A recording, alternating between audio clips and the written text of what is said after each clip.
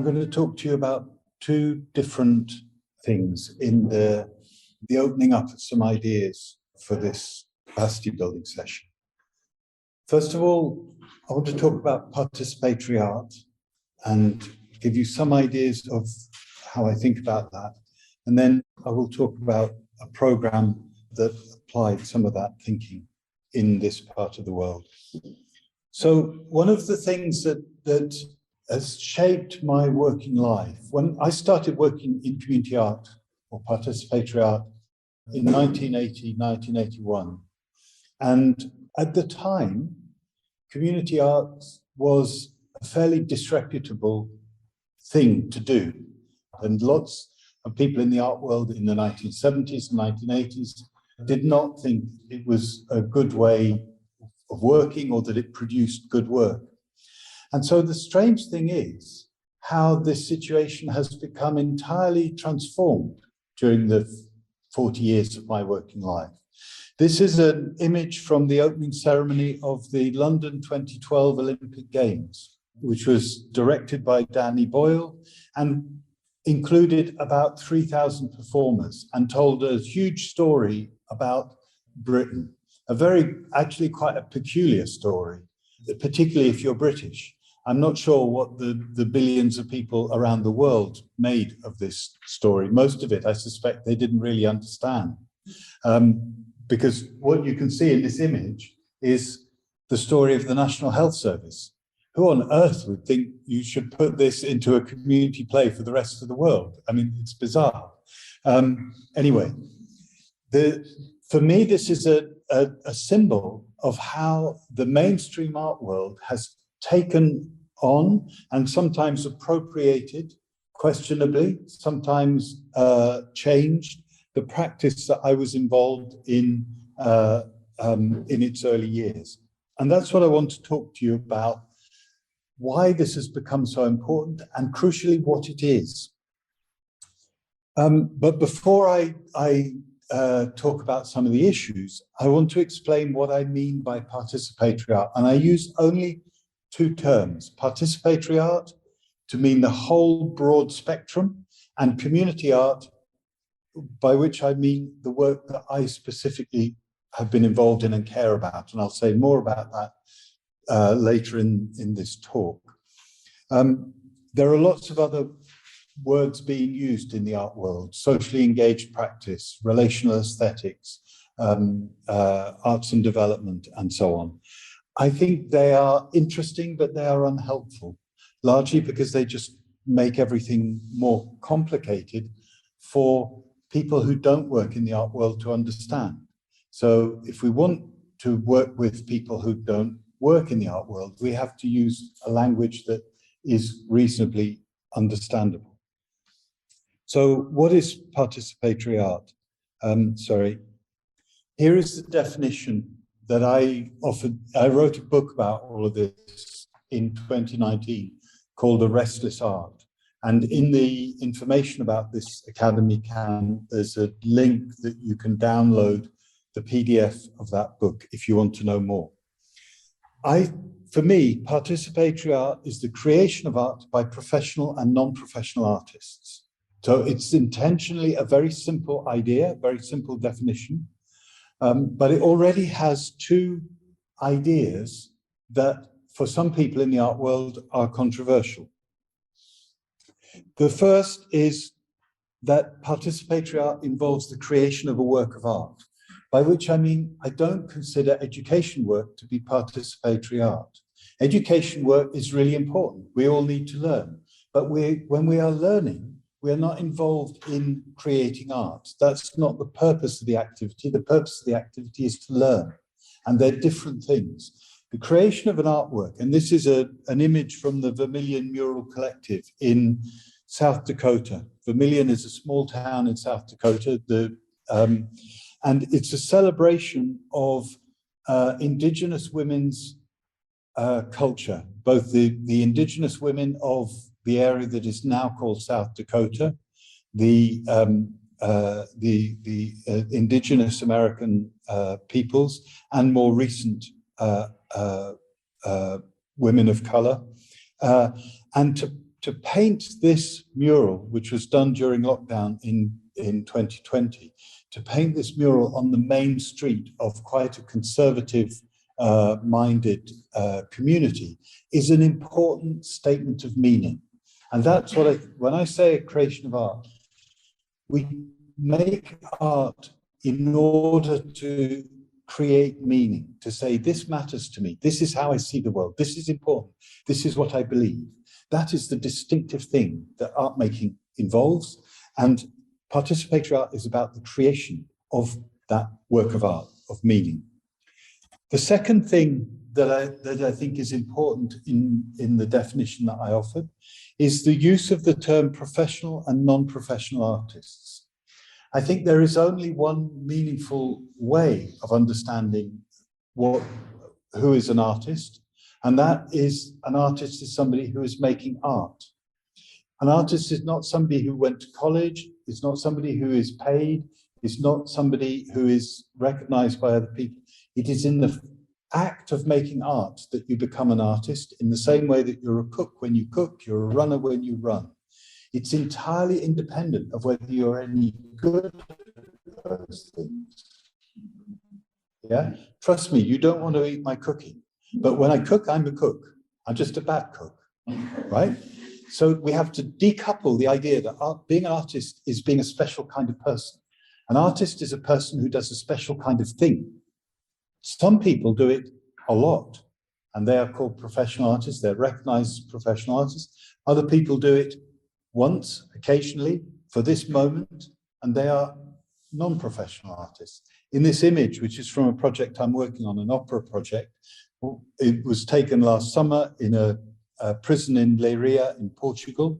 The people in T-shirts at the back of the image that you can see are inmates of the prison. The woman in red is a professional opera singer. They are making a performance together, but they are all artists in the moment that they are doing that. However, there is a difference between professional and non-professional artists because they bring different resources. This is an image from a project in France called Banlieue Bleue, a really good jazz festival, which has been doing excellent work in one of the toughest neighborhoods of the outskirts of Paris called Seine-Saint-Denis. And the image you can see, I love this photograph. I use it a lot because, so I saw the final performance in Clichy-sous-Bois one night, a performance with a whole range of young people from this neighborhood and some professional artists, including the guy in the cap who's about to fist bump the kid with a microphone. He's called Napoleon Maddox. He's a rap artist and a musician from New York. The guy in the yellow t-shirt is from improvised music jazz group from Rouen. But what I love about this is I don't know the name of the kid with the microphone, unfortunately. He's a kid from Clichy-sous-Bois. These people don't speak the same language. Napoleon Maddox doesn't speak French. The kid doesn't speak English. They are just at the moment of deciding that they're going to trust each other. That's what I see in that fist bump. They're going to make something together. And they do so as professional and non-professional artists. So the professional artist brings an education, skill and expertise, knowledge, brings experience of making art, a context, an understanding of who their peers are. And that enables them to bring an informed judgment to the practice of their work. And hopefully they also bring talent. What does the non-professional artist bring? They bring a range of things. Sorry, this is not moving. Okay. They bring, most of all, perhaps, an open mind. They haven't been trained. And so they say, why are we doing it like this? Why don't you try this idea? And suddenly the professional artist who's been taught to work and think in a particular kind of way says, actually, you're right. Why don't I do it like this? They have new ideas. They also have knowledge. This performance that I saw was called Home. It was a performance that included a very wide range of people from Clichy-sous-Bois, including people with a migration background, foreign workers and others. What the young man with the microphone is bringing is knowledge of what it's like to be 14 and living in Clichy-sous-Bois. Napoleon Maddox doesn't know anything about Clichy-sous-Bois. He only arrived 3 days before. So there's a whole set of knowledge and experience that the young man on the with the white the grey hoodie is bringing to that work. He also has something to say. Non-professional artists become involved in these projects because they want to make meaning. Just like that image that I showed you of the indigenous women's culture in Vermilion. They've got something to say and they've got a need to say it. It may be that they only want to be involved in this project once because the thing they need to say now. When they've said it, when they've done that, that's fine, they'll get on. They don't have the intention to be an artist for the rest of their lives. And of course, they are just as able to bring talent as the professional artists. So this is an image from a performance that I saw in Rotterdam by a group called Vader Theater. It's called Talent op de Vlucht, in Dutch, Talent on the Run. All the people you can see in this photograph are asylum seekers, refugees from the Syrian civil war. They met in an asylum seekers center, about 15 people in the company. They met, and 2 of them were professional theatre makers who had careers in the Syrian theatre before the civil war. The rest had never performed before. Their play, their performance was about their stories as to why they had left Syria and their journeys.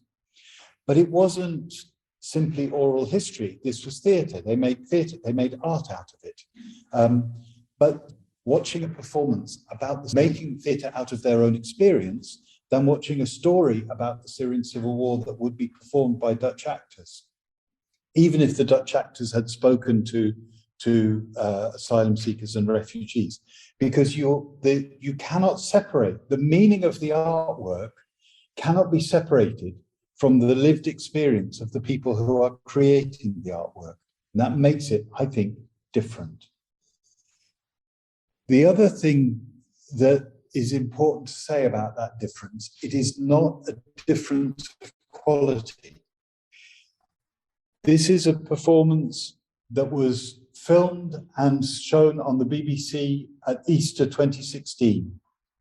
It's a performance adapted from Bach's St. Matthew Passion by a vocal group called the 16, which is one of the most celebrated, admired choral group in the world, and an organization called Streetwise Opera, which works with homeless people. So you can ask, how is it possible for performers who have been singing Bach since they were 5 and have trained voices and all of the skill and judgment and experience of that, to perform with people who sing once a week in a workshop and are most of the rest of their lives coping with all kinds of problems that come with the experience of homelessness. One of the solutions, one of the things that was really powerful about this work, the figure of Jesus that you can see in the middle of this image, surrounded by Pharisees, was played by 8 different members of Streetwise Opera. And they had the scarf that the person is wearing, the brown and white striped scarf, was handed from one performer to the next. So you knew who it symbolized. This is Jesus. So it didn't matter that Jesus at one point was a black woman, at another point was a white man. You understood this was Jesus. And actually, the fragility of the voice of the non-professional artist brought something completely different to the experience of watching the St. Matthew Passion. You suddenly saw, here is a victim who is going to be put to death by these powerful people around them. And suddenly then the powerful voices of the Pharisees suddenly become almost instruments of violence in the performance. Now, I explain all of this just to say that you have to not judge, you have to bring different understanding of judgment. If objectively, if you compare the voice of a member of Streetwise Opera with a voice of one of the 16, it's not good, it's not technically proficient. But if you respond to it as an artwork, it becomes something very different and has a power all of its own. So why make participatory art? And I included this image from Kaunas, from some of the work that Ed and Vita have been involved in, who have also been making an opera in their neighborhood, although they'll talk to you about something different tomorrow. There are three principal historic reasons why people have sought to open up art to non-professionals. The first is cultural democratization. It's the policy that culture in European cultural policy has adopted since the end of the Second World War. These are images, again, from a project I'm involved in with the Liceu Theatre, the Opera House in Barcelona, to open up opera to people who would not normally go. That is what is normally meant by cultural democratization, inviting people to access the cultural facilities and resources of our incredibly rich world. The second intention, the second reason is social change. This is a photograph from a company called Geese Theatre, which works exclusively in the criminal justice system. And as they say, this is a quote from their business plan. They say to use theatre to enable choice, personal responsibility, and change. In other words, they're using theatre for a social purpose. If they found that sport was more effective than theatre, maybe they should logically change to using sport to achieve their goal, because their goal is social change, not the production of theatre. As it happens, they're very good at theatre and it works very well for what they're doing. So that's the second purpose. The third purpose, and this is again an image from a project that I've been involved in. This is National Theatre Wales, working for 4 years with the community in rural West Wales, and the culmination of that work. The third definition, the third intention is cultural democracy. Cultural democracy emerged in the 1970s as a reaction, a part of the change from the 1960s, as a reaction to cultural democratization. The idea that cultural democratization could be very paternalistic, very condescending. It was simply about imagining that ordinary people who didn't come to opera or the gallery or the theatre didn't have any cultural life. Therefore, they were kind of blank, and you just needed to fill them up with the riches of the cultural world.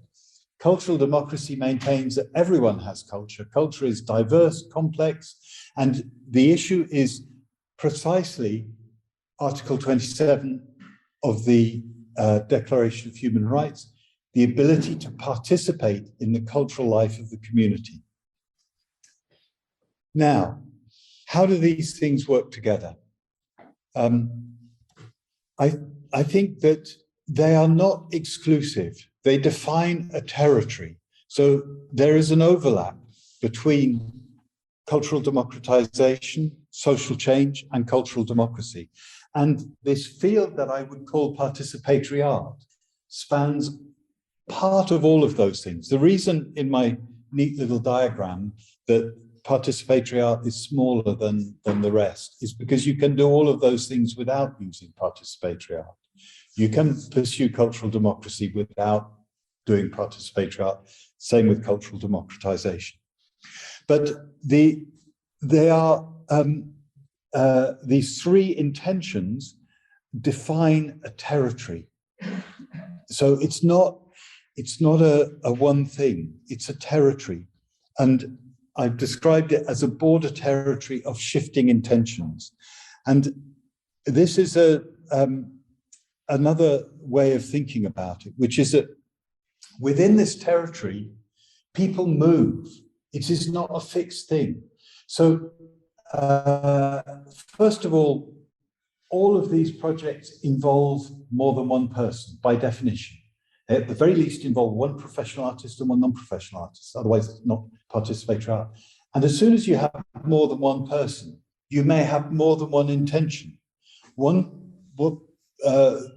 People may feel closer to cultural democracy or closer to social change, but it's okay because these ideas are not in opposition to each other. It's just that I can stand more over here in this circle and you can stand more over there, but we can still work together. It's okay, we have enough territory in common.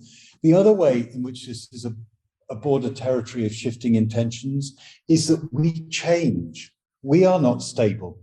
And we particularly change while we're doing projects like this. So we may start off thinking, what I want to do is social change, but actually I'm learning, I'm thinking, I'm hearing from other people, and I'm now going towards cultural democracy because I have a different idea of what I'm trying to do. And again, all of that is legitimate. So I'm encouraging you to not take a rigid or fixed view of these intentions or these ideas that I'm outlining to you, and not take a rigid or fixed view of your own intention. Your intention may stay broadly the same. I have been broadly trying to work in cultural democracy for 40 years, but I've done it in different ways and at different times and to different degrees throughout those 40 years, partly because I'm always responding to what other people are doing. And sometimes I need to compromise. I can't go as far as I would like in a project, but I can still go some of the way and achieve some of the things I want to achieve. Okay, I'm coming to the end now, and I just want to talk you through the definition, my definition, also from the Restless Art, of what I describe as community art. And community art is a practice that is, for me, sits firmly in cultural democracy. It starts, as you'll see, with the same elements as my definition of participatory art. So participatory art has to be this big thing, and that means the definition is very broad and open because everyone has to find a way to fit in there. But community art, I think, is more demanding and more difficult, and it has a number of other elements. The first is the recognition that what I'm involved in is culture as a human right. That's the foundation. As I said at the very beginning of this morning, everything stands on that. And if that's true, if I accept that, then that means that I'm always working on projects where people are cooperating as equals. Because if we're talking about human rights, if we all have the same human rights, and the idea of human rights is they are universal, and you can't lose your human rights. The difference between human rights and citizenship rights, and this often gets forgotten, so bear with me a moment. People talk about rights and responsibilities now. That's become the discourse of the last 30 years. Human rights come without responsibilities. Your only responsibility in terms of human rights is to be a human being. Citizenship rights come with responsibilities.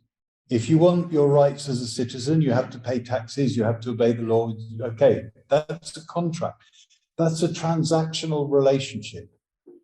But human rights, you cannot, there are no circumstances in which your human rights not to be tortured can be taken away, and you can be legitimately, legally tortured. Okay, so that's why we're cooperating as equals, because we are all fundamentally, we all have the same human right to participate in the cultural life of the community. We get a bit more technical now. For purposes and to standards they set together. Very often, as participatory art has become normalized, political entities, municipalities, governments, foundations, cultural institutions set up participatory art projects that they plan in advance. And so a municipality may say, okay, we want to give you a grant to do a participatory project with young people in order to get them back into education. On the surface, that seems fine, but I think that's not community art, because the reasons, the purposes, and the standards don't involve the young people. The cultural organization that's been given a grant goes out and says, who wants to be in a theatre project? And probably doesn't tell the young people that the reason they're there offering them to be involved in a theatre project is to get them back into education. So there is already a dishonesty. They're already not cooperating as equals, because the young people don't have any opportunity to say, I'm not interested in that, because they don't even know that that's the agenda. So that's why, for me, it's important that we're cooperating as equals to purposes and to standards that we set together. And finally, because we set the purposes and standards together, the processes that we will use, the products that come out of it, and the outcomes that we experience cannot be known in advance. I don't know what's going to happen over the next 3 days, because each of you is bringing your own ideas, your own preoccupations, your own concerns, your own interests to this discussion that we will have. I'm not trying to pretend that what we're involved in is community art, but we're involved in a process where I hope we will be cooperating as equals as much as possible. Of course, there are things that had to be planned in advance, but that's the intention. And it also becomes, as I said, cultural democracy. It is about respecting what everyone brings to that cultural engagement and process, and working together to create meaning. So when I said the most recent piece of community art that I've done has been a creative writing workshop that led to the creation of a book by the writers who took part. I didn't know we were going to make a book at the end of that. It was not part of, I wasn't asked to make a book. It wasn't part of the planning. The only reason it became a book is because the quality of the work that people did and the amount of work they did, and also the cohesion of the work that they did, because it was written during lockdown and it had that atmosphere. The book was called Wish You Were Here. That was the only thing I brought to the table. I brought that phrase, like the phrase you write on a postcard from the seaside. And that gave it a unity, and it naturally became a book. And I think it's a really good book, and that people are really proud of it. But I didn't know that in advance. Okay. Just to finish with this image, which is from a group called Intellecti Arts that I've worked with over the years. You can't see it very well. Sorry, we should have turned the lights down. You haven't been seeing. I've been seeing beautiful images on my screen, and you haven't been able to see the beautiful images. But this is a group from South London. And I love this image just because this is a group of people who have been involved in some extraordinary work. None of the people that you can see in this particular image are professional artists. There are professional artists involved in the group, but they're not in this image. But it really is, for me, a symbol that represents cultural democracy and the sense of what cultural participation can be for people. That you come up with something. I mean, this is the equivalent of the drummer and the saxophonist and the triangle player making something that nobody would have expected beforehand. The project I'm going to talk about, the program, is in many ways, I think, the work I'm most proud of having been involved in and feel was most successful of anything that I've ever done. But obviously it's particularly relevant because one of the countries that was involved was Romania. So the Living Heritage Programme. It operated from 2001 to 2005 in those 4 countries. It was developed and financed by the King Baudouin Foundation, which is the principal Belgian charitable foundation, financed by the Belgian Lottery, among other resources. Its partners included the Open Society Foundation, the Carpathian Foundation, Romanian Environmental Partnership Foundation, and the EU in different countries. Over that period, the programme budget was 2.2 million euros. Operated in 4 countries and 140 projects. 39 of those projects were in Romania, mostly in Maramureș and Transylvania. What was the programme? It was essentially, we created a strapline that described it as community development through cultural resources. In other words, if you like, it was firmly on the social change side of those intentions, but picking up Ed's point, it was also very close to cultural democracy. It was using cultural means and producing cultural outputs. By outputs, I mean festivals, museums, publications, performances. But the outcomes, the change that resulted, was human, social, and civil society. And that's what I'm going to talk you through. And crucially, I'm going to talk you through why I think what the approach we adopted was, and why I think it was successful. Because I think the approach and the factors of success are fundamentally transferable to all kind of community development work. And again, I should say, the report that was published in 2005 that I wrote on this work, there's a link where you can download a copy of it in the program for this Academy Camp. So all the details of it you will find there. I came into the project originally because I was asked to do some research in the UK, Ireland, and Scandinavia by the King Baudouin Foundation as part of the preparation for the programme.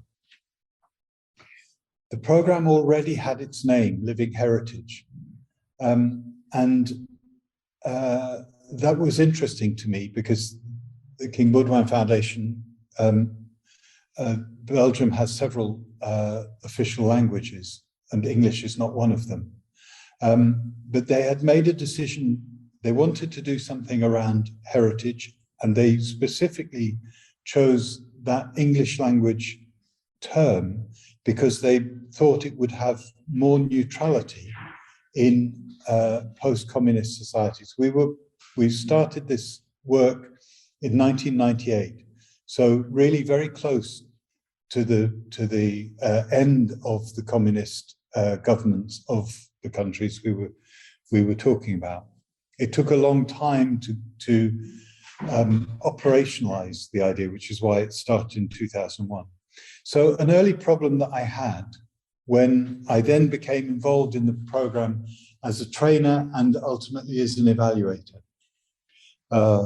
And an early problem that I had in talking with people, so the program started in Macedonia, today North Macedonia, and then in Bulgaria. And we had pilot projects, 4 pilot projects in Macedonia, 4 in Bulgaria. And people from the communities concerned, and you'll understand more about who they were in a minute, they would come to a 3-day capacity building program, and they would say, well, what do you mean by heritage? And I didn't have a good answer at that point. So I would say, well, it could be arts, crafts, could be conservation, could be local traditions, it could be food culture, could be the natural environment, museums, oral history, and you know, I was just confusing them with words, really, and confusing myself. These images are some of the things that happened. On the far right, the restoration of the clock tower in Vranduk in Bosnia-Herzegovina, a 1930s singing group from Bulgaria, a food festival, I think from Romania, that image, and another oral history project from Bulgaria. So that was an early problem. And I also learned a really early lesson in the first capacity building project in first capacity building session in Bulgaria. The photograph you can see, this is Ivanovo, a town in central Bulgaria. It was rebuilt in the 1960s, 3 kilometers away from the original site. Because it was rebuilt by the railway line. And that's the rebuilt Ivanovo that you can see. And we're working with local partners in each country, so local foundations in Bulgaria, a foundation called Workshop for Civic Initiatives Foundation, and they'd identified Ivanovo as a place where we might do a project. And we invited the people to come and see us, come take part in the capacity building program. And 4 people came. I remember the mayor of Ivanovo, and 3 other notables, important people from the town. And they wanted to do a project about this, because Ivanovo is a World Heritage Site, has rock-carved medieval churches with paintings. And I was listening to them, and it was really interesting. I was learning about, I knew nothing. It's my first time even in Bulgaria. So I was just there listening. But I asked them to tell me about Ivanovo. And they told me about the rock-cut churches.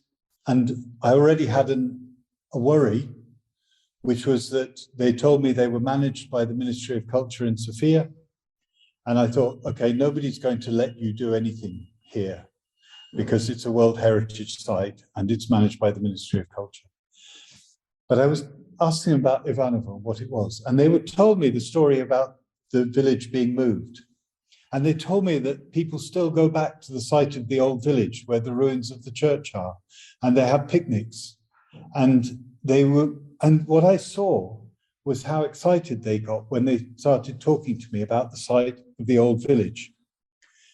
This is what they thought I wanted to hear about, but this is what I wanted to hear about.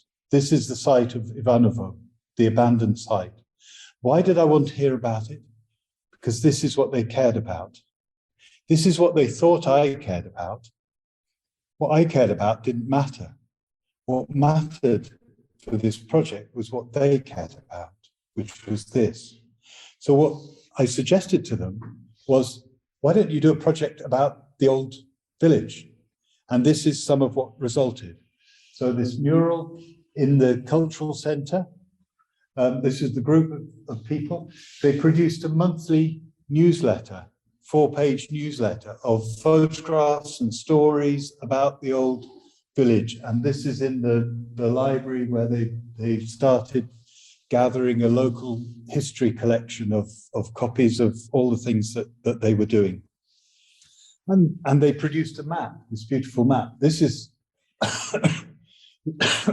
sorry, this is the map of Ivanovo that's in the town. But look, this is the beautiful old village with all of its photographs and stories and all these, you know, who lived in this house and who lived in this house. It went on, it blossomed into a huge project. And eventually they did then do another project where, because they had gained so much skill and confidence and energy from doing this, they did do a project about local craft traditions and produced a book about the rock-cut churches and a little exhibition in the House of Culture, all to welcome visitors to the, so they did eventually do something about the rock carved churches, but their route was through their own culture and what mattered to them. So for me, that was the most important early lesson of this project. I've said there were 140 projects, and we did eventually do something that ended up like that list of what is heritage. We did all kinds of things, oral and local history, museums, festivals, lots of environmental things, folklore, traditional culture, and so on. You can see the list.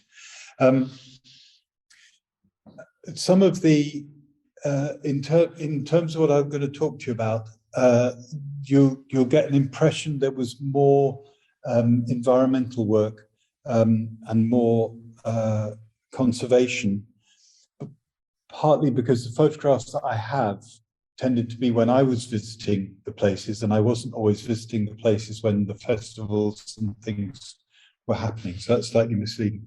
The other thing that you'll see in these photographs, I think, two little historic things. One is you'll see photographs that are 20 years old that show Southeast Europe as it was, not as it is now. And the other thing you may see is quite a lot of not very good photographs, because this was happening just on the point when digital cameras were starting. And some of the pictures, when I looked back at them to prepare this presentation, I thought, okay, you're not really very good. But anyway, here are some examples. This is a village called Smolare, near the Greek border in Macedonia. This waterfall, 25-meter waterfall, was about nearly a 2 kilometer, 1.5 kilometer trek into the mountain behind the village, but it was a culturally very important place. There was a tradition. It's where you would go to ask the person you love to marry you. It was always where young people went to be away from, because it was difficult to get to. And the project became a project to make a path to the waterfall, including rock-cut steps like this, and finally a bridge from which you could see the waterfall. It had an enormous transformative effect on the village. It became a tourist site. It was featured, suddenly the waterfall was in guidebooks. It had never featured before. I'm not saying that's entirely a result of the thing. It's also about the time, the tourists starting to come to North Macedonia from Greece for the first time ever. But it had a real economic impact on the village. But the most interesting thing for me, talking to the people who worked on it, was a very divided village, politically divided village. And they worked all the way through a winter. And I remember somebody telling me it was fantastic. We didn't talk about politics during all the time we were working on the steps and the bridges. We were just working. We were a community together. And so that sense of coming together was really important. This is in near Harghita in Transylvania. This is a project to revalorize mineral water springs. There are several springs where people bathe, and it was a big, ambitious project, and it included not only the things that you can see, these were all constructed, the pathways and the spaces around. This is a toilet, it's a beautifully made toilet in an environmental place, and a mineral water museum, which when I visited was still being built, and then this is what it finally ended up as. Again, a project that came entirely out of local assets, local situation, and interests. And now a different kind of project. This is Daju. I spent a morning visiting these people after they'd done the project. One of the things that I remember that really struck me, the project was coordinated by the municipality, the mayor, the school and the church. And although as you know, and particularly 20 years ago, roads were very bad, so you didn't need to be remote to be quite difficult to get to. And so this was a community that was very turned in on itself, quite isolated in a sense. But the church, the town hall and the school had never worked together. And this was the first time they did. And they did a range of things. They did photography project, they did a drama festival, and all kinds of things that were wonderful to hear about. So that gives you a little snapshot of some of the things that we did, but obviously I can't give you 140 projects now. I'm going to tell you something of the results. North Macedonia, the projects created temporary work or work for a year or 2 years for 165 people. 9 festivals, 5 museums were created. In Bulgaria, we calculated 3,200 volunteers took part in over 50 events attended by nearly 9,000 people. 900 volunteers in Bosnia, 10 new cultural groups established, 30 events and festivals, 4 new community centres built. In Romania, 39 projects, 7 new museums, cultural festivals, tourism, promotion, and environmental campaigns. So that when I talk about outputs, that's what I mean. These are outputs. These are things that were created by this. Some outcomes. Human capabilities. I'm going through these things very quickly, but by human capabilities, and we'll talk more about this, what I mean is the skills, the capacities that we have to do things. This was an extraordinary event in Bulgaria. They did a project about the genealogy of the village, and they traced everybody who'd ever lived in the village. And they made huge family trees that they pinned on trees and on boards. And they invited everybody, and 800 people came back to the village, and they fed them all. And that's what you can see in this image. And this was a quote from one of the kids that I talked to. We didn't have any free time in the summer holidays, but we had a great time. And they learned so much doing this together. Community development. This is, some of you will know, in Bulgaria, there is a movement of cultural institutions called Chitaliște that was begun in the 19th century.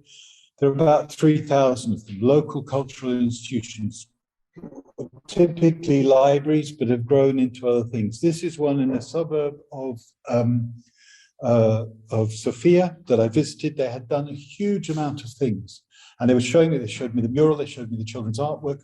When I took this picture, they were singing, some of the choir was singing to me. And the president of the Chitaliște, who was a man in his 70s, was taking me around and showing me everything. And at a certain point, he said to me, "Have we done enough?" And I said to him, "You've done far more than we could ever have expected that you could have done with the funds that we gave you." And I'll come back to that. But the key thing is, when you trust people, what I learned, the lesson I learned from this, when you trust people by giving them some money and some support and showing that you believe in them, they really, really want to show that you were right to trust them. And that's what I saw here. And as I said, this quote from this project, the most important thing is that no one is issuing orders and no one wants anything in return. That sense of a community coming together to do things cooperatively. And finally, civil society, strengthening the structures of civil society. This is a project I'll talk about in a minute, Oresh in North Bulgaria. This is the House of Culture. And this quote they gave to me at the end, they said to me, "The image of the Chitaliște has risen to a higher level, and the trust in us as persons and responsible people, builders of the town culture, has increased." And I'll show you why that happened in a moment. why did this work as well as it did? Some of the success factors. Capacity building. This is the budget for the 5 years of the program. The dark blue shows what we spent on capacity building. The lighter blue shows what we gave in grants. In other words, we spent between 30 and 40% of the project helping people to learn how to run projects. We then gave them money, and that was equally important. But if we had given them the money without helping them to use the money, we would have disempowered them instead of empowered them, because we would have set them up to fail in what they were trying to do. So there was a lot of field work and dialogue with communities, guidance, support and training, and an incremental approach to development. As you saw from the experience in Ivanovo, start with the local project, the oral history, things that you know about, and then go on to doing something that's more ambitious and more difficult.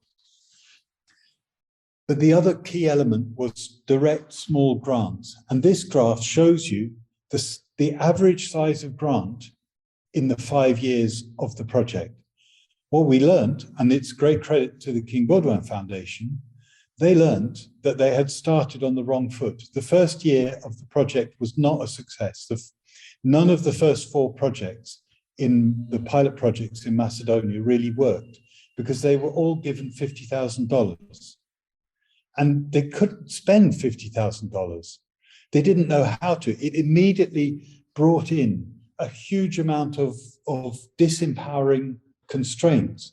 And so you see, by the end of it, the average grant was, we changed the calculation to euros by then, but the average grant by the end was 5,839.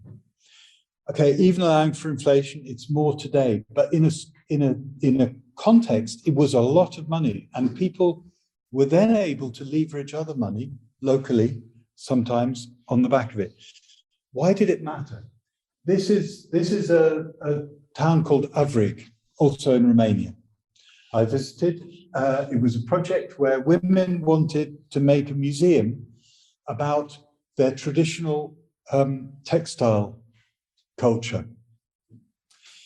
We gave the women the money directly. Nobody had ever given them any money before. They arranged for a curator from a museum in Sibiu to come and advise them. And he came and he spent a day with them, and then he told them, wrote the report, said, this is what you should do. And they paid him 200 euros and say, thank you very much, we're not going to do it. They could say we're not going to do it because they were paying him. It empowered them to say, if they weren't paying him, they would have felt obliged to say, oh, the big curator has come from the big museum in Sibiu and told us what to do, so we must respect his opinion. But they were able to feel, we know better how to display our culture than you do. And so thank you very much. We'll pay you a bill, but we're not going to follow your advice. The crucial thing about this, and this is a phrase I would often use talking to people about this project, we were working with people who were the world experts in their own culture. I know nothing about the culture of Avrig, literally nothing, but I didn't need to. I know about how to make projects work and how to organize things, and those skills I could share with the people I was working with. It was immensely empowering not to have somebody come in and tell people what they should like, what they should do, what they should value. Going back to what I said in the first thing, how to make meaning through art and culture. And this is another of the success values. We were working with people's assets and their capabilities. Because if people are the world experts in their own culture, they automatically have capability in how to do things in it. This is the view from the other side. This is the view from the Citalista of Oresh. And you can, this is what a typical Bulgarian small town, 10 kilometers from Russe, but an hour's drive because the road was so bad. The problem that the people of Oresh brought to us, and they also brought the solution, they said, in our town, the teenagers have nothing to do. They sit in the square and they're bored, and then they frighten the old people. They don't mean to frighten them, but you know, the teenagers are sitting there looking at the old people, and the old people are intimidated, but the teenagers are intimidated by the old people, right? What they decided to do was they said, we want to do a project about the traditional Catholic dances of our town. Oresh is one of only about 6 Catholic villages in Bulgaria. And this is what they did. They put together the young people with the grandparents, because the grandparents were the only people who knew the old dances, because they hadn't been able to perform the old dances during the communist period. So they had to, and suddenly the young people and the old people had something in common. And the grandparents loved that the young people wanted to know, and they loved that teaching them, and that they were performing them again. This project became so big, they had to create 2 dance groups, because there were nearly 50 teenagers who wanted to take part in this. You can't really see it behind, but they managed to raise enough money to install a mirror on the wall in the House of Culture for them to perform. And this is some of the older people that they were working with. So the problem was a local problem, and the solution was a local solution. Something I could never have anticipated. All I needed to do was to listen to what people were saying. So the last success factors, and this is what we will work on in the next 3 days, or this idea, is some principles. When I was asked to work on this, I'd never been to Southeast Europe. And so I was faced with this problem. What do I do? How can I go and tell people who've just come out of 50 years of communist government in a culture that I know nothing about? What can I offer them? What I could offer them was some experience about what makes things work, and then see how they could adapt them. And that experience was distilled into 10 principles. And I knew even at the time there were too many, but I couldn't at the time find a way to make it shorter. So these are the principles. The projects need to demonstrate there is a local benefit. They need to be sustainable in economic terms. We were going in with, on the one hand, a lot of money, several million euros, but across 4 countries, a very small amount of money. And crucially, we always knew we were only going to be there for a short time. There was no point in creating projects which would depend on grant aid to keep going. That meant that we had, the projects needed to support voluntary action. That also, they could only support voluntary action if they demonstrated local benefit. Why would people be volunteer on something that didn't have local benefit? The project succeeded if they took an incremental approach. Again, back to Ivanovo. Do one project that's not too difficult, succeed, you build confidence, you build skills, you can take on something that's a bit bigger. You need to be flexible and responsive. You're never in control of the situation you're working within. Therefore, if you start with the best plan in the world and you refuse to deviate from it because other people don't want to do what you want, or it doesn't, or war breaks out, you have to be flexible. This was a particular thing that I learned from talking to people in Sweden, talking to community heritage projects in Sweden. You have to get the media on side, because the media most people will hear about your project through the media, and their impression of what you're doing will either be positive or not positive according to what they read about. Today it's Facebook. But at the time, that wasn't an issue. But the thing of understanding that you have to tell your story well is critical. There needs to be good leadership and a clear vision. Your management needs to be accessible by being like here. You're on the street, your windows are open. People can come in and say, what are you doing? You have to work with openness and honesty. And finally, a phrase that came to me through a project in the UK, in a new town called Dig Where You Stand, an oral history project, but actually comes from a very interesting Swedish writer called Sven Lindqvist, who was involved in coined this phrase in the 60s around valuing local heritage. So those are the principles. What I was saying to people, and this is a connection with what I said to you before, these are tools for thinking, like my model of intentions. I'm not saying to you where you stand in this, and I'm not saying to you that the only projects that work will do these things. I am saying to you that projects that are in accordance with these principles are more likely to succeed than projects which run against them. But in every case, we've said to people, what you need to do is to think through your project against these principles, and you may have a good reason why it doesn't apply. You may not want to make friends with the media for some reason.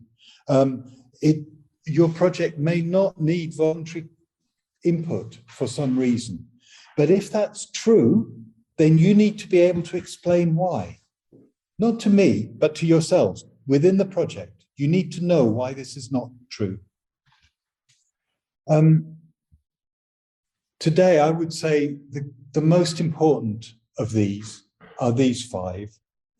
Local benefit, economically sustainable, valuing your volunteers, openness and honesty, and dig where you stand.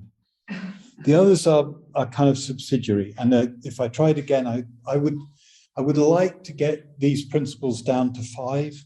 I might have to rewrite them a bit.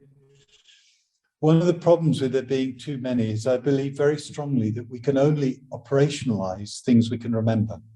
In other words, you can't act on things you can't remember. If you need to go to a bit of paper, then you've already lost the battle. It has to be in your head for it to be meaningful. Last thing, going back to my original question, my original problem, how did I define heritage? After a couple of years of working on this project, when people ask me, what do you mean by heritage? I simply said, heritage is whatever people care about. Why? Because it's the fact that they care about them that motivates them. All of these projects succeeded because people cared about what they were doing. I didn't ever have to persuade anybody to work on one of these projects. And none of the project leaders, none of the project teams had to persuade their local community to work on it. They understood the value, they cared about it, and therefore they were willing to get involved in all kinds of ways. And one of the things that you'll have seen, you may not have noticed it, but you'll have seen it in every picture of project teams that I've shown you, is the diversity of ages and people and backgrounds of the people. Each of these project teams is like a cross-section of the community that was concerned. So to finish, what we're going to do over the next 3 days is to talk about some of the principles and some of the lessons that come out of this work from the Living Heritage Project. The last thing I want to say is most of these projects were working in conditions even more difficult than some of the conditions that you are working in, because we're talking about 20 years ago, we're talking about worse infrastructure, less funding, less capability. And because I'm still in touch with some of the people who were involved, I know that today, 20 years later, many of those projects are still operational. In other words, what we helped them do was build the capacity and the resources and the skills and the infrastructure and the organizational capacity around something that mattered to their community that they have been able to continue and sustain. And that's why I say, for me, it's the most important thing I've ever been involved in. Ed Carroll and Vita Galunine. Hello.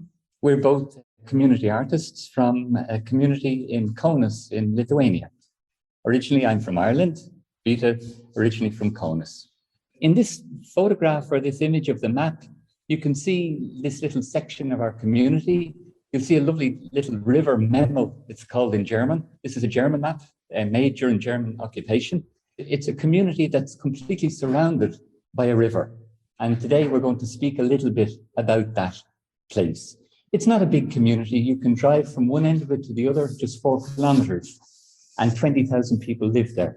So in terms of size, it's relatively small. It's the smallest administrative unit in Lithuania. In terms of governmental, all cities are broken up into smaller administrative districts. So ours, I believe, is the smallest in Lithuania. And we are going to speak about our association, which is a community association. I think also many people have this legal format. We have 52 members, and every year people pay a small fee of 12 euros to be a member. So you can fall off being member and new people can join and so on. And this neighborhood has about 20,000 inhabitants. We live in that neighborhood somewhere around this place. And when we talk about 4.5 kilometers, is that main street, the artery of the neighborhood. It's divided between lower neighborhood, lower Shanxi, and upper Shanxi. And the feature of the neighborhood is that it was built in the end of the 19th century. So the urban structure is formed in the end of 19th century when Lithuania was a part of a Russian Empire until independence between the First and the Second War. And then this place was filled with industry. So a lot of workers, of factory workers came into that neighborhood early in the 20th century. And this is when my great-grandfather moved into that place, built a house in which we are living now today. And, you know, if we speak about the context of our vision, let's say, for our neighborhood, obviously, like we don't operate on every level. So we're operating in a very specific level, mainly because we feel it's a pulse in today's context. And that pulse we feel is, how can the urban development of the neighborhood happen? How can it happen in a way that people are actively involved in designing it, in co-creating it, and being part of it? And of course, you know, the structures, the formal bureaucratic structures for people participating in the urban development of a neighborhood just don't exist. We have very formal structures, public meetings and things like that. But actually, there is no place for ordinary people. There's only a place at the table for the expert. And we are the believers that urban environment makes a direct impact on the character of the neighborhood, on the character of the community. So whatever changes are happening in the urban environment, they are directly attacking each of the inhabitants of the community, even though these people may be invisible, may live in their closed houses, never go out of their courtyard. Still, if you come and ask, every little impact that comes with urban development does have a direct impact to an individual in that place. The photographs, all the photographs that we use in this slideshow are from the activities in our neighborhood. And this particular one is an annual cultural event, which happens usually in September. It changes its locations, but that one was at the bank of the river. And that's the main character of our neighborhood, that we have still a beautiful riverbank that did not experience the urban invasion. But our actions start from this, that there is a big danger for this landscape to be changed and to be developed. And so when we look at let's say the goals of what we try to move towards, Like, what are the thematics that we're interested in? I think the first thematic is the idea that self-governance has to become a new process where people are actively involved in its development. That we have to, of course, there are ways, let's say in the presentation we had yesterday on community budgeting, municipalities have their ways of doing these things, but communities also have to have processes by which they develop their capacity to be actively involved in self-governing. Whether you call it commoning or whatever processes you want to say, it's just somehow the capacity of communities to be self-governing has to increase. And that means being involved in decision-making. It means being involved at the table, not when the project is already launched in an open call, but being there before the project was even developed as an open call. This is where we try to really make an impact. There's a question there. I can't take questions because your voice won't be heard on the Zoom. So I would just like to keep going, and then we'll have questions when we have a microphone at the end. The other thing that I want to say is that environment has become such a big issue for us as well, because invariably when new urban development happens, as we've experienced, like they'll cut 500 trees, or they'll, redo the river so that the quality of the water is not what it used to be. And or they'll break down new trees in the Oak Park, which is 1,000 years old. So in some ways, environment has become a very strong issue in these times as well. And I think, if you wanted to visualize what we're talking about, so you think of a neighborhood with little 2-story wooden worker houses, with an infrastructure that was from the Tsarist period of a military base.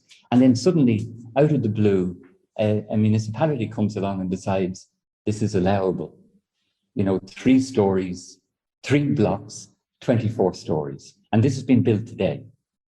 And, again, it's this sense in which urban development often comes in this aggressive way. We're the closest neighborhood to the city. So there is this extractive exploitation where it's seen as a really useful place, even though historically it was poorer, it was riskier, it was so on, as you have in this city here. But now it's seen as a place where we can extract our value from it, our economic value.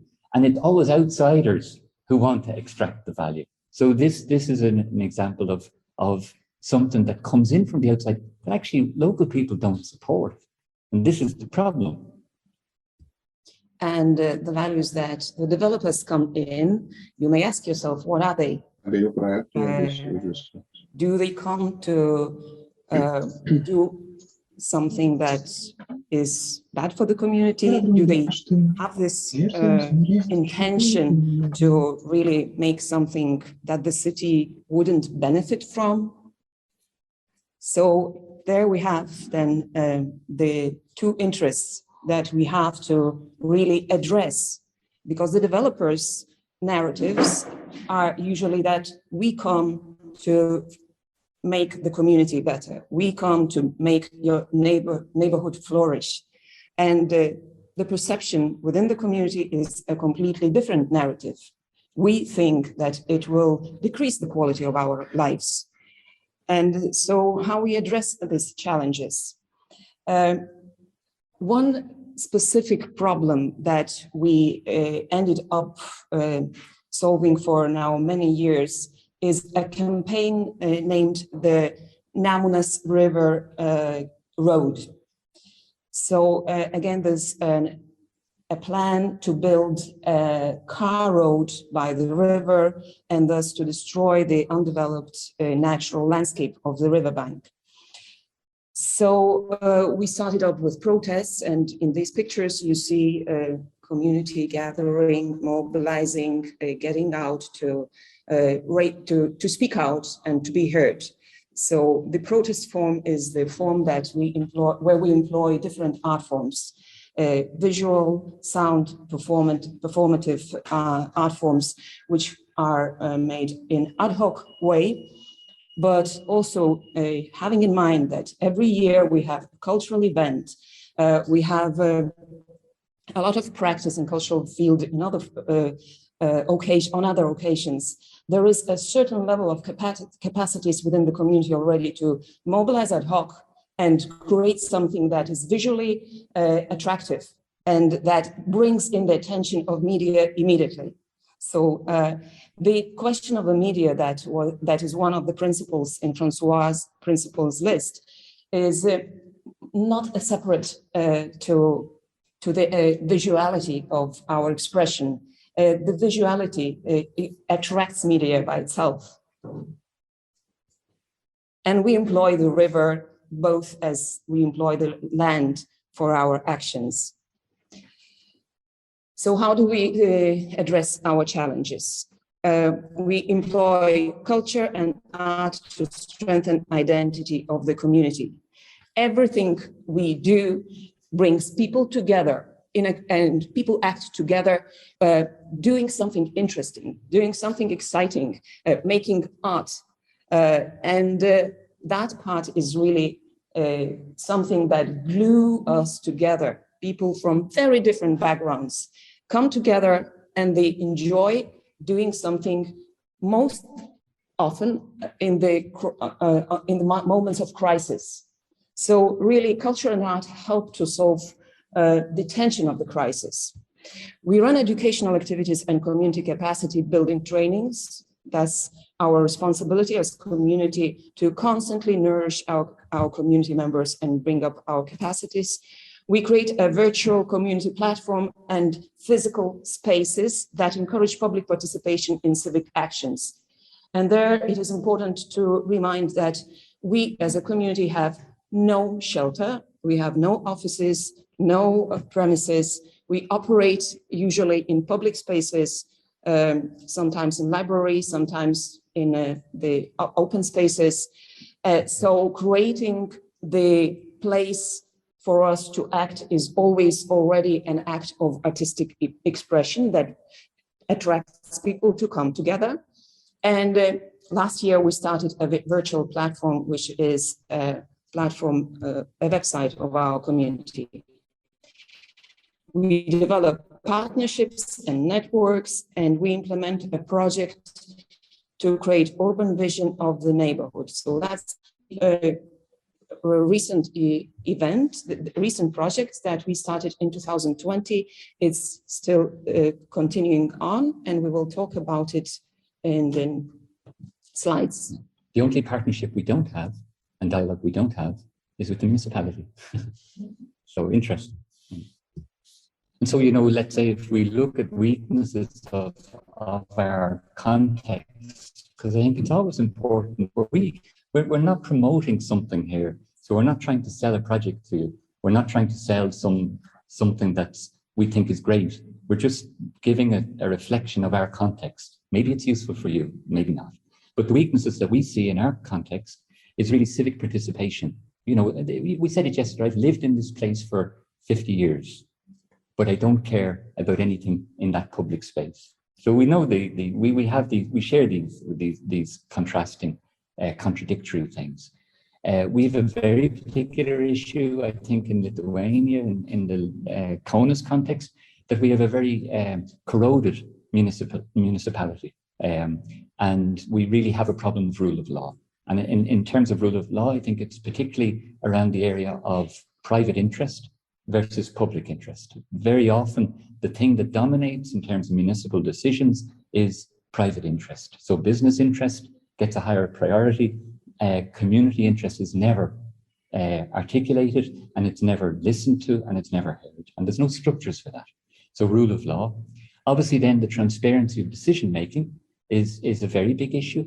In this project that we're speaking about today, the Namanus Road project, we had a plan launched in April 2019, costing about 50,000 euros, a major new development of a road along our riverfront. The community, you know, engaged in the process of public consultation. It took court cases against that road project. And then suddenly we heard 9 months later that the project was suspended because there was some legal problems with the way it had been processed. Some months later, in April 2020, a new plan is launched, again with big fanfare. This time it costs €80,000, give or take. Again, it's going to be the best plan ever. The road is shortened. Again, the community resists. We have the public consultations. We take court cases. And again, suddenly the plan is suspended because there was some legal problems with the plan. This is not our process, but this is the municipal process. So transparency, and then obviously education, because, you know, if you want people to participate in planning, in urban design, how do you build capacities for people to do that? Okay, so we measured civic participation in 2020 in October. Just for your information, we questioned 110 people from the neighborhood on Facebook.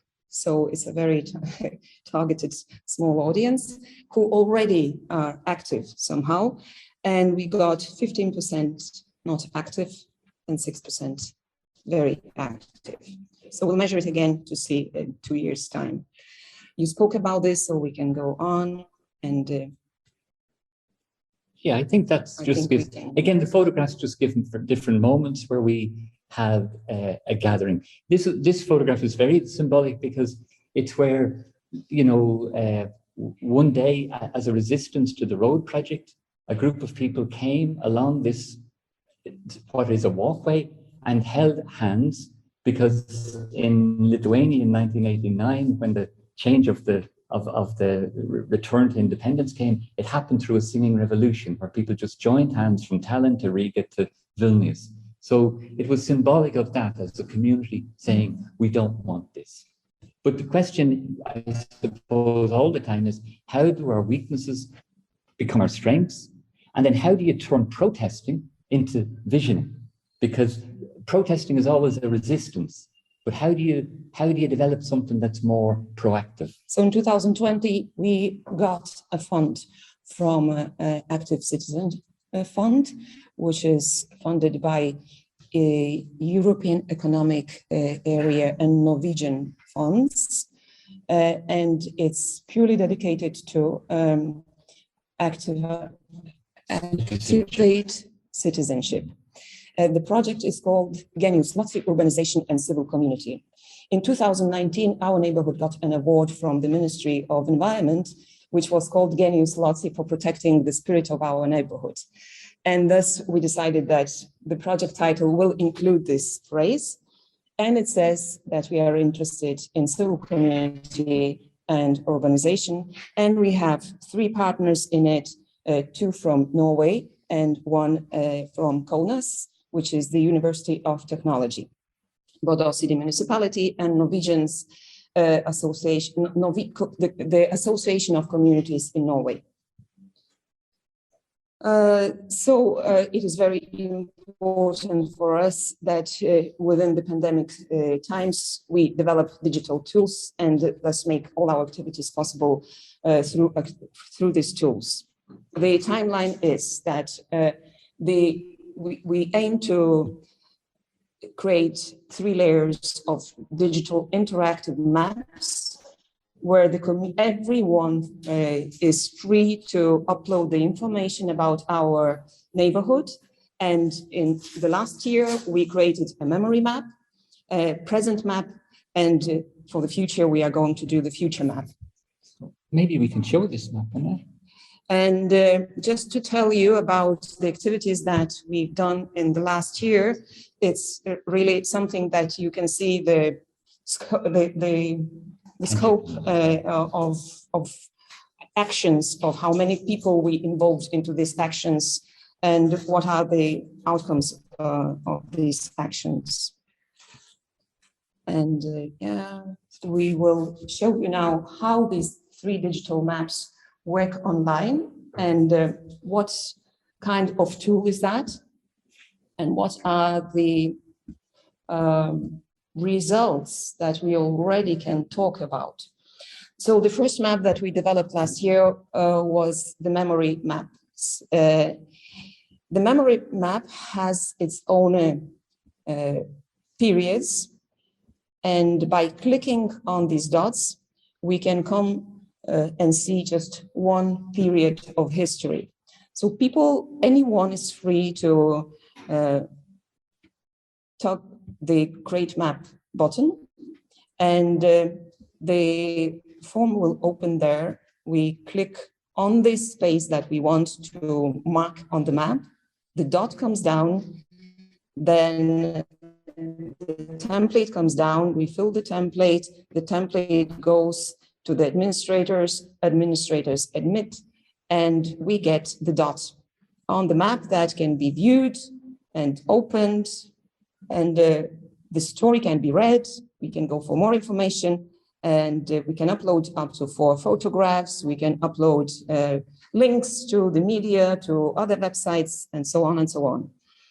At the bottom of this page, we have a gallery.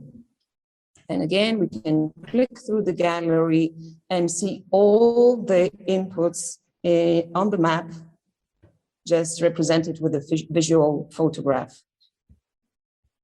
You know, one of the important things about the mapping process of memories is a little bit, as Francois was saying yesterday, that cultural heritage is what you care about. It's it's not just the registered things.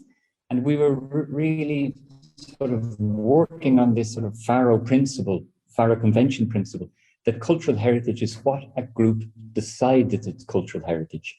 So it can be your story, your house, your family, your place, and this is what we were trying to get at, this untold cultural history, particularly because when formally the municipality looked at our neighborhood, it saw old, broken down wooden houses, destroyed buildings.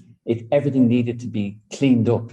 And we were saying, look, there is a cultural heritage, there's a cultural identity, there's a sense of belonging here in this area that is unique. And your urban development plans really don't acknowledge this. So this is the rationale. Mm-hmm. The second map we developed is dedicated to the present day, and that's the present map. It works on the same principles as the memory map, but its interest lies in the public spaces that are used today by inhabitants and visitors of the neighborhood. And the third map is dedicated to the nature. So in this map, we mark all the important places that we think are, have some interesting species or plants, and so everything that people value in this neighborhood can be marked on that map. Every map has a gallery, and again, you can quickly just flick through it, see what inputs are made by people, and read more by clicking on each of the photographs, get the information, get the links, follow up more about one or the other object. So alongside with the 3 maps, we actually developed the whole new website, and we can also just give you a quick idea of how to use that map and to find more information about our activities, which we kind of frame in 6 big categories. And you can see this is the news, active citizenship, opera, cultural events and Chines, Cabbage Field, and Namunas River campaign. And just very brief connection with our dear friend Francois happened through this particular project, opera, which started in 2018, and it's still an ongoing process of creation and of articulating what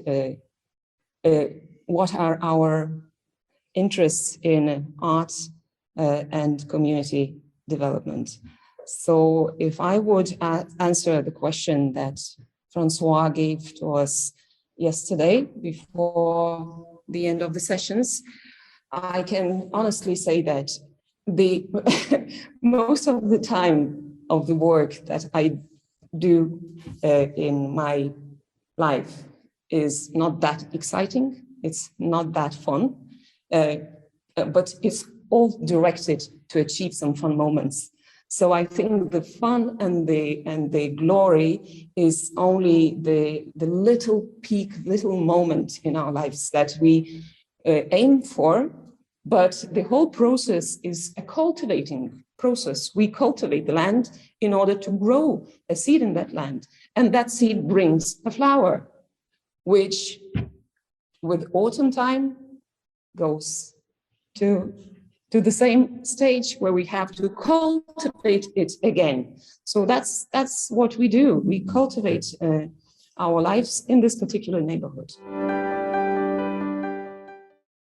I'm James and I work for Irish National Opera. I run their outreach programme and our studio programme, which is an early career programme for emerging opera singers. Irish National Opera is a relatively young company. We're in our 5th year. A lot of people think, judging by the name, that we're an organisation that has been around for quite a long time, but we're a very, very small organisation. We don't have our own opera house. We're a sort of touring theatre company, go to various different places around the country, but we're growing pretty rapidly at present, and it's a really exciting and interesting and dynamic company to work for. But I'm here to talk to you today about our project Out of the Ordinary, or Asan Gnach, to give it its Irish title, and I'll talk a little bit about that further down the line. This is a project that is part of Traction, which is a European project as part of Horizon 2020. That's the logo there for Traction. And as you can see there, the mantra of Traction is opera co-creation for a social transformation. So effectively, we are a consortium of organisations who are looking at how opera can be used in a positive way in society, in the creation of opera and community opera specifically, and also looking at how new technology can be used and incorporated into that process. So as a result, there are technologists who are involved in this project, and there are also a variety of different arts producers. There's 3 community opera projects that are taking place across Europe and have been doing so since January of 2020, all producing very different kinds of community operas, one of which is in Barcelona with the Liceo, another one in Portugal with SAMP, which is a community music organisation. I'm not going to talk about those 2 today, but if you head across to Traction's website, you can find details online for that. There you'll be able to read up on those projects, and I'm sure Francois will be happy to fill you in on details of those. But I want to talk to you today about Irish National Opera's project as part of as part of Traction, and that's called Out of the Ordinary, which is a virtual reality community opera. We think that this is the world's first ever virtual reality community opera. It's always very difficult when you make a claim like that, because it needs to be exhaustive, really. We don't know 100% for certain, but we've been talking about this pretty publicly for the last 2 and a bit years, and nobody has corrected us to date, so we're pretty certain. And as well, it is a particularly sort of niche combination. There have been obviously plenty of community operas in the past, and there have also been a number of virtual reality operas, but never the 2 combined.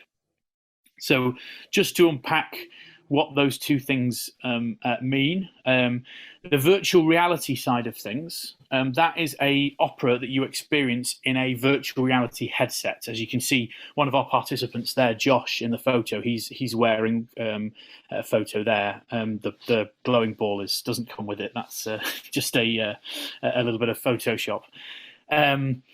They're effectively, I don't know if many of you have worn virtual reality headsets, but they're effectively handheld computers that you can strap to your face, basically. And the interesting thing about them is they're incredibly immersive.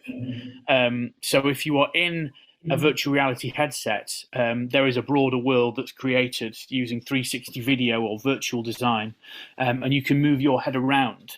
I think that is interesting in terms of the narrative capabilities that are on offer, much in the same way that with the birth of cinema, new stories could be told in cinema. With the birth of video games, new stories could be told with video games. With every artistic medium, there are interesting dynamics at play that don't necessarily work in other mediums and are unique to that one. And I think virtual reality, we're at the real infancy of this art form, but I think in the years to come, this is something that is going to be a lot more present, and because there are new mechanics that people can use in storytelling. I think a fundamental one for me is that when you look, certainly in the world of cinema, there are very few first-person perspective cinematic films, because that would be quite a kind of disorienting experience. That kind of work you can absolutely do in virtual reality. You can step inside the shoes of somebody in a way that you can't really in any other medium. And I think that's very compelling.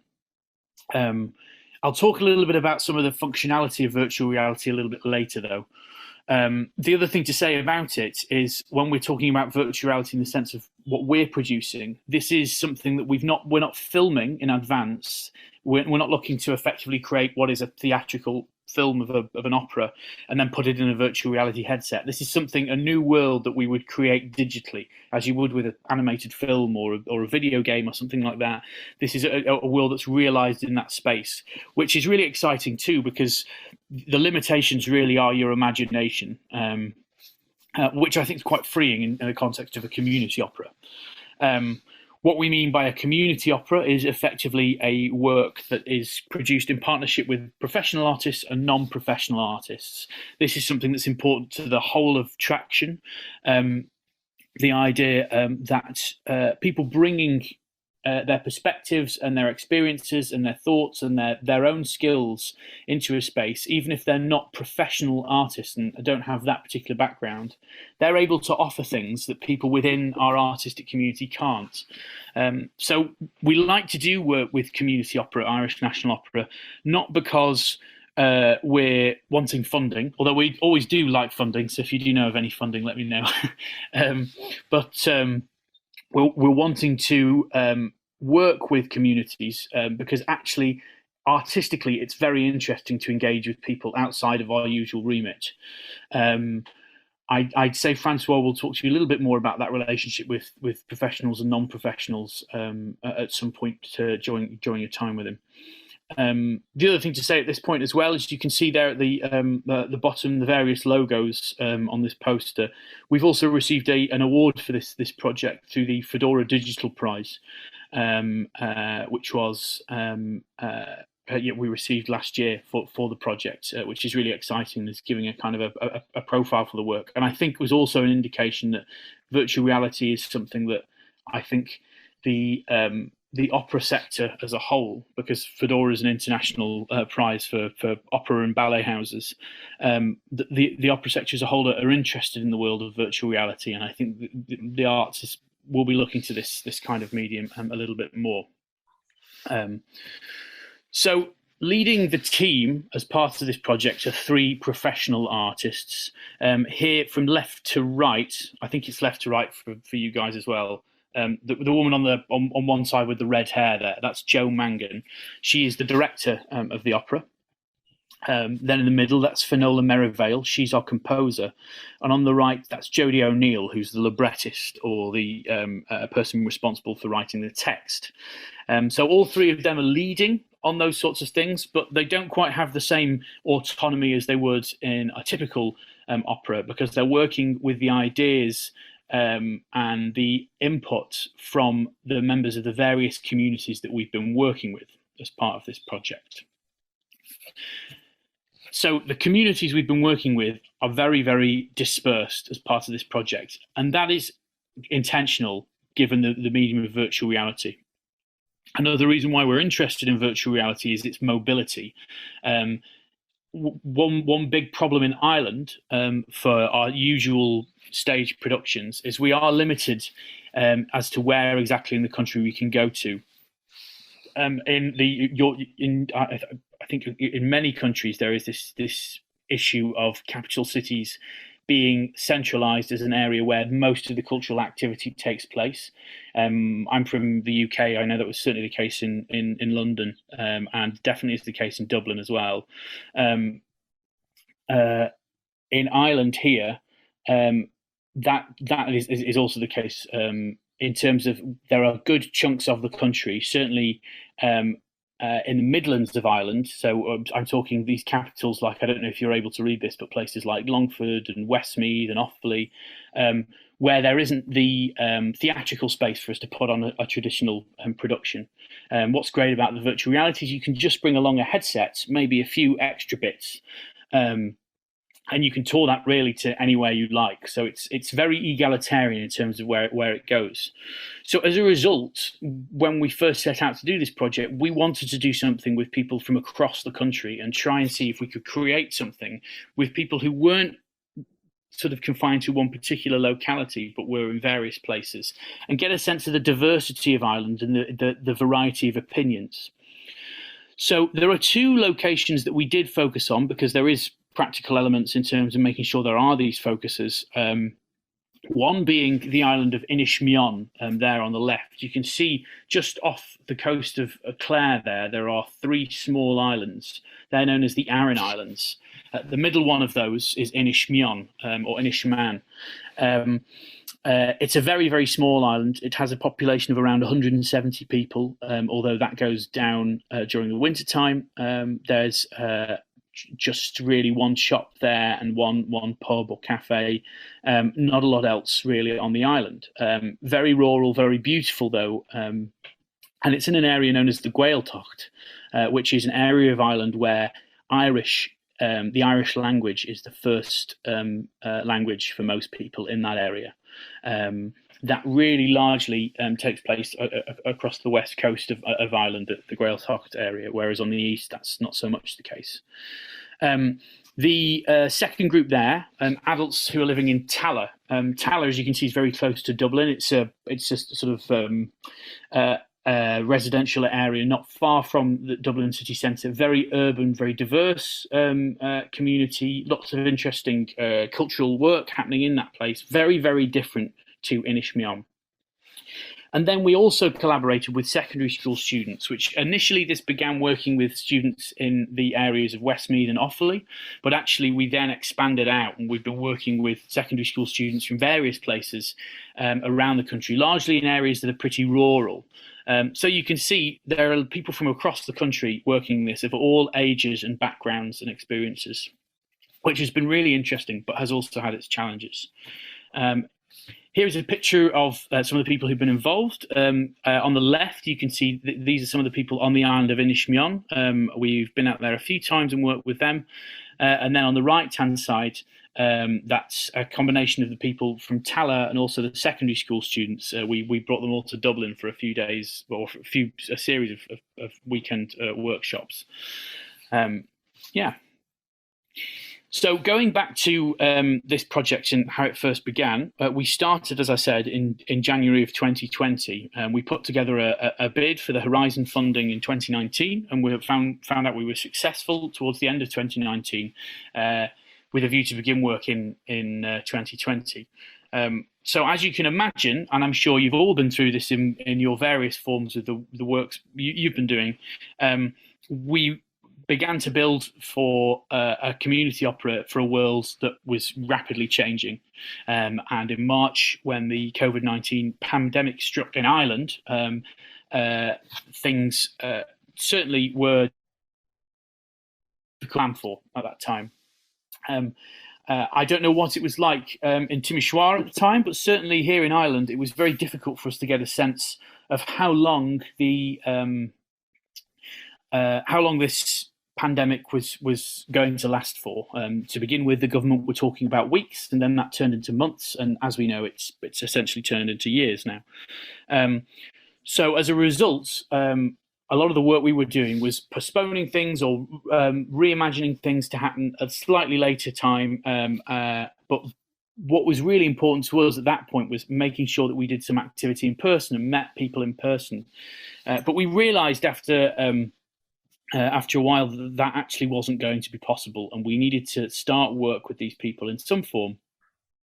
So we began in January 2021 running a series of workshops online, which happened all the way through to the summer. These were focused workshops in the sense that they focused in on one particular discipline. So you can see here's a screenshot from one of our writing workshops, and this was a workshop that just was with the people of Inishmaan. To begin with, we kept these workshops in isolation for the various community groups. We wanted to slowly introduce people into the project. I think one challenge when working with non-professionals as well is giving them the license to feel like they have a voice in this. I think it can be a very intimidating experience if you're coming and working with a professional artist. And for me as a producer, it's very easy for me to say, oh, your voice is equal in this partnership, but those are just words. You need to make sure people feel that way. And I think asking someone outright, what would you like this new virtual reality community opera to be about, as a sort of opening question, is quite an intimidating one for someone, particularly if they're working with a professional writer. I think it takes time for people to feel like they have that creative license and to feel like they are creative. So as a result, we set absolutely no agenda for these first workshops. It was about just getting people to feel creative and think creatively in various ways, and realize that they had creative license, and that their voice was worthwhile as part of this project. So we ran writing workshops to begin with various groups. Hi, Francois. Is everything running smooth? Is it? Oh no, it's fine. No problem. You just appeared, and I wasn't sure. So we began with writing workshops, and then we moved on to visual arts workshops, variety of different kind of visual arts, some to do with photography, with collage work, with map drawing. And then we moved on to composition. I'll talk about those a little bit later. And a huge amount of work was created across all those workshops. I think there was around 50 to 60 different kind of workshops that took place as online during that period. And still at this point, we hadn't really met anybody in person as part of the workshops. Here is an example of some of the visual art, as I said, that took place. As I said, a variety of different kinds of styles. This is just a small sample of some of the work that was produced to give you an idea of what it was that we had. With regards to the composition and musical aspect of things, our composer, Finola Merivale, led those sessions. We used as part of this a new tool that had been developed as part of Traction. Traction had been developing a whole tool set of pieces of technology that artists and producers can use in community opera, and the co-creation space, or it's called the Media Vault actually in this screenshot, is one of those examples. It was effectively an enclosed social media platform for people to share their creations and ideas that Finola had asked them to produce in an enclosed space, a safe space with just people who were involved in the project. And it was a way for people to kind of comment on one another's work. It worked really well. I mean, you can just see here, this is a video that one of the participants put up, and you can see people have kind of liked it with emojis and all those sorts of things, which I think again reinforces this idea of giving people sort of creative license. The kind of material that that Finola briefed the participants to produce was quite varied. It was again about getting people to think differently about music and thinking about being creative about music and not necessarily having to have a grade 8 on the piano or be really, really skilled at playing musical instrument. So there were exercises such as trying to make a composition using just your body but without singing. What kind of sounds can you produce with your body without singing? Another one was about creating compositions, and this was one of them, with an object in your house that isn't a musical instrument. So Cara, one of our participants here, made a whole video creating a piece of work based around her makeup. We also did work around making music electronically. So what free software can you download on your laptop, on a sort of regular laptop that isn't particularly high powered in any kind of way, and what kind of interesting sounds can you produce that way?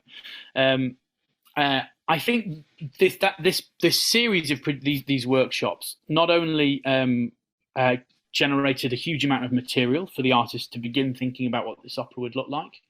But it also was an opportunity really for the non-professional artists to get to know the professional artists and trust them, and know that this is a happy medium. This is a happy space to kind of work in. And I think that has been to our benefit in the project further down the line.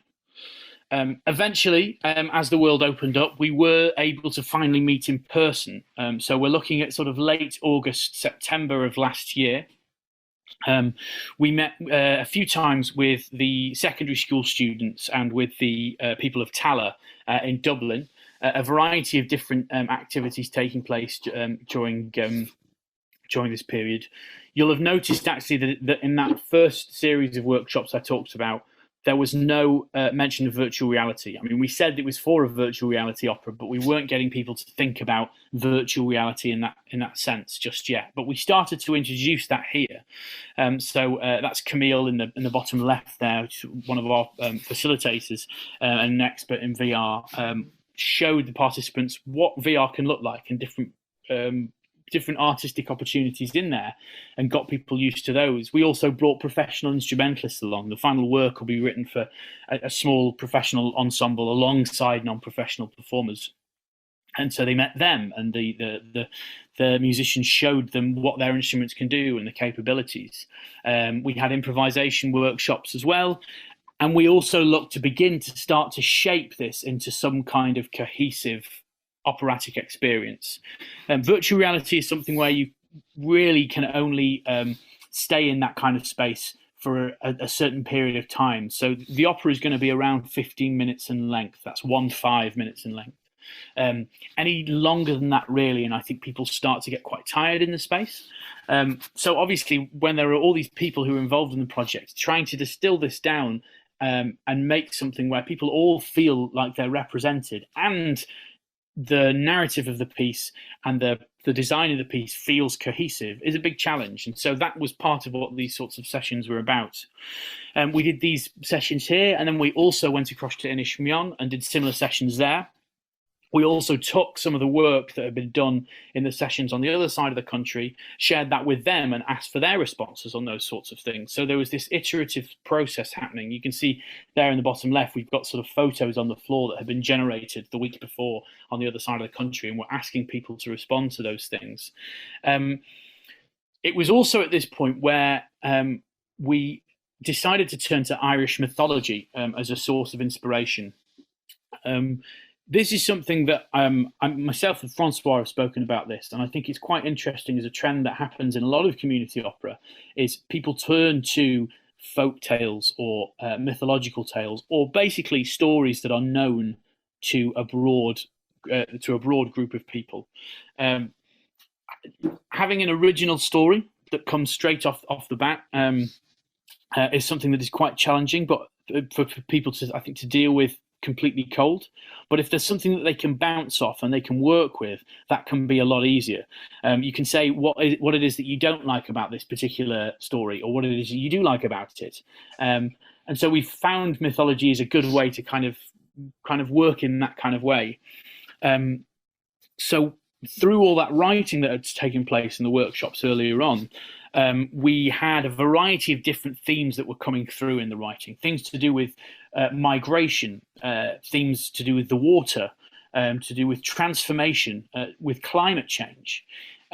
So we spoke to a myth expert, and asked them to share with us some Irish myths that are sort of associated with that particular with those particular themes.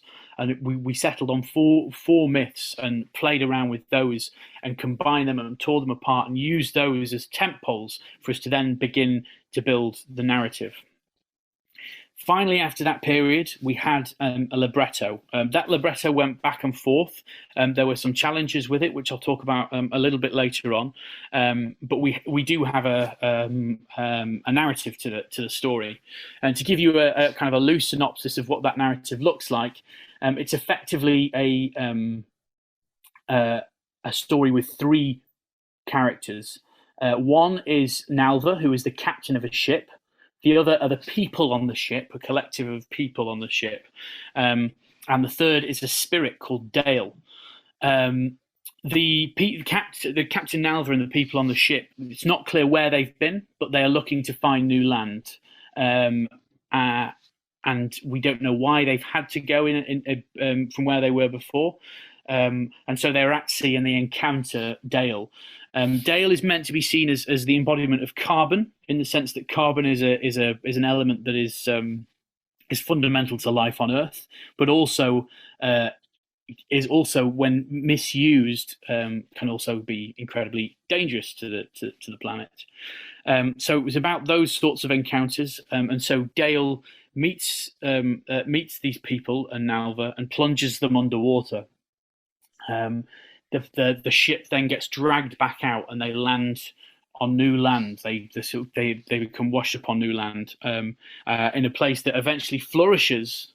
But then there is a moment in the opera where you have the opportunity in this VR space to either reject or accept Nalva. But in doing so, you will trigger a different ending to the opera. So it's another interesting medium with virtual reality, is that interactive element. That was something that Joe, the director, was quite interested in doing. Two sort of images there. That's one of the collage pieces that was created on the left, and this is an early design of one of the worlds. I think it's just a lovely comparison here. You can see some of that imagery there coming across into this digitally designed world here. So there's those sorts of things that are slowly happening with the piece. So we're now at a point where Finola, the composer, is away writing this work and bringing all those ideas together. And we're also designing what the world will look like. We've partnered with a studio called Algorithm, who are a design studio based in Dublin, who are used to working in virtual spaces. And so they're currently drawing sketches and building things into that world, which is really exciting to see that all come together. I just thought I'd show you here an instance of reference points from two photos of the island of Inishmyon. It's an incredibly beautiful place. If you ever are in Ireland and you're on the west coast, I'd really encourage you to go and visit the Aran Islands. They're very unique. There are very few trees on the island. It's a very, very stony environment. So these kind of sort of pavings that you can see on the left-hand side are very common. And so those are sort of a reference in some of the work. But we also we wanted to make sure this wasn't explicitly about Inishmyon, this piece, as I'll talk about now. Because another key piece of feedback that we had, and this came at a later point, was actually concerns about the darkness of the work. We shared what we thought was a relatively final libretto with the community, for some of them to then push back at that point and say, actually, there's certain aspects of this that we're really not happy with, and we'd like to see changed. I raise this because I think this is if you're working with communities, one thing that I've learned from this process is about making sure that you're communicating with people on their terms and not on the terms that are most comfortable for the company. So we were firing off emails to the community and saying, this is what we've been doing. We hope you're happy with this. But that wasn't the way that most people were happy with communicating. The other thing I'd say is that it takes time for communities to come back to you. It's not necessarily a case, again, this idea of feeling like you're working with a professional writer and you as a non-professional writer, what gives you the authority to say, I don't like that. Well, you do have the authority because it's egalitarian, this process. But at the same time, I can understand why that's an intimidating experience for somebody. So we found certainly with some of the communities that they needed time to speak amongst themselves and find if there is a consensus there. Those things are so specific to particular communities. There's no one fix to that kind of stuff, but it's a complex and challenging aspect. I'm going to play you a short video now of another aspect of the work that we're involved in as part of this. As part of virtual reality, there's a sort of a technical term known as assets, which is basically any item that appears within a virtual reality space. be that a character or a prop or whatever it is. There's one scene when the boat gets plunged underwater where there are fish and jellyfish swimming around. Our director Joe thought it'd be interesting to incorporate the movements of the non-professional participants into the work.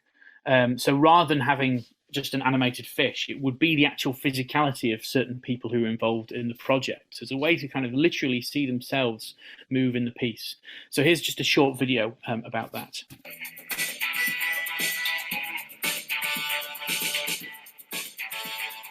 Out of the Ordinary, or Osang Gná, is very much a one-off project which is made with participants all over this country, and they are involved in the creation of the music, in the creation of the narrative, and even in the creation of the motion capture that will be part of the characters that are in our virtual reality world. Today I was in a motion capture suit, acting as a jellyfish. It was just brilliant, exhausting. That's why I'm slightly out of breath. I've never seen anything like that before. Never kind of been part of anything like it, and you know, it's just like really cool. Like I didn't even know you could do that. Seeing how everybody brings their own personality to the digital avatars has actually been a lot of fun. Quite an amazing experience and great fun. I've never done anything like it, but if anyone ever has the chance to do it, say go for it. It's great fun, and it's a great workout as well. Oh, I think it's amazing. It's such a great like group of people as well, just to be doing it with, and like, you know, people still like listen to you, because I thought nobody would be listening to me because, you know, I'm a kid, but like, it was really nice to have that sense of like involvement and stuff. I absolutely love it, and it's opened my eyes to the whole, you know, process of putting on, you know, shows and theatre, and I absolutely love it. I wish I had done this 40 years ago. My smile must say it all.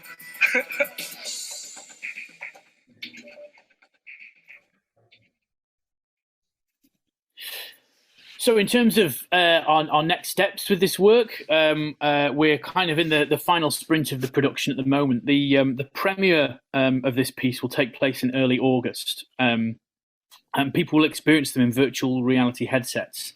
The individuals that you can see here are part of a choir called Tala Choral Society.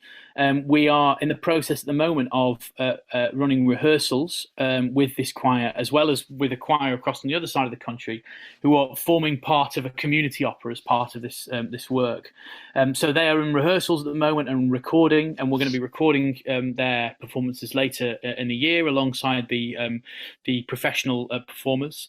The other thing, as you can probably see on these headsets, that we're having to think about at the moment is actually how clunky they are, in the sense that that's putting something over your head like that and then having headphones strapped on top of you. For someone who is coming to what is an artistic experience, you want that to be a smooth process. You don't want it to be something where people are constantly worried about, you know, whether they're wearing it right and all those sorts of things, because it will take you out of that experience. So we're at the moment, we're also thinking about how exactly what that experience will look like. So the idea is we're going to be producing sort of small bubbles for people to interact in this space. We're removing any kind of handheld device that you have to use. You can see on the table there are certain devices that people usually use to kind of steer them around as if it was a video game.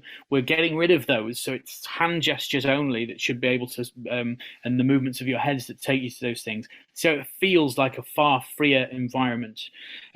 This August we'll begin a tour round Ireland, and the view is that next year we'll be bringing this work internationally as well. It's going to go to every county in Ireland, which we're really, really excited about, and I hope it comes to a venue near you in the near future. And if you're interested to have us, we'd be delighted to have you. So thank you very much.